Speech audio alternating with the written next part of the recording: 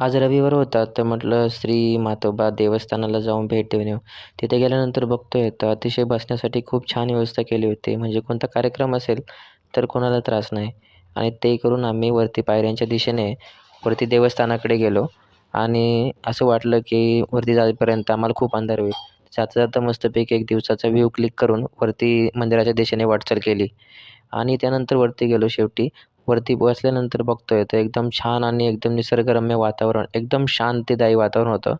तर तोपर्यंत वरती अंधार पण झाला होता आणि आम्ही आरतीच्या टायमाला गेलो होतो. तर जरा मंदिरात जाऊन बसलो आणि फायनली दर्शन वगैरे घेतलं आणि पुन्हा एकदा बाहेर आलो. व्ह्यू बघत बसलो. आरतीच्या वेट करत होतो. त्यानंतर काय बघता-बघता एकदम म्हणजे अंधार पडलेला आणि रात्रीची पुणे बघण्याची मज्जाच वेगळी.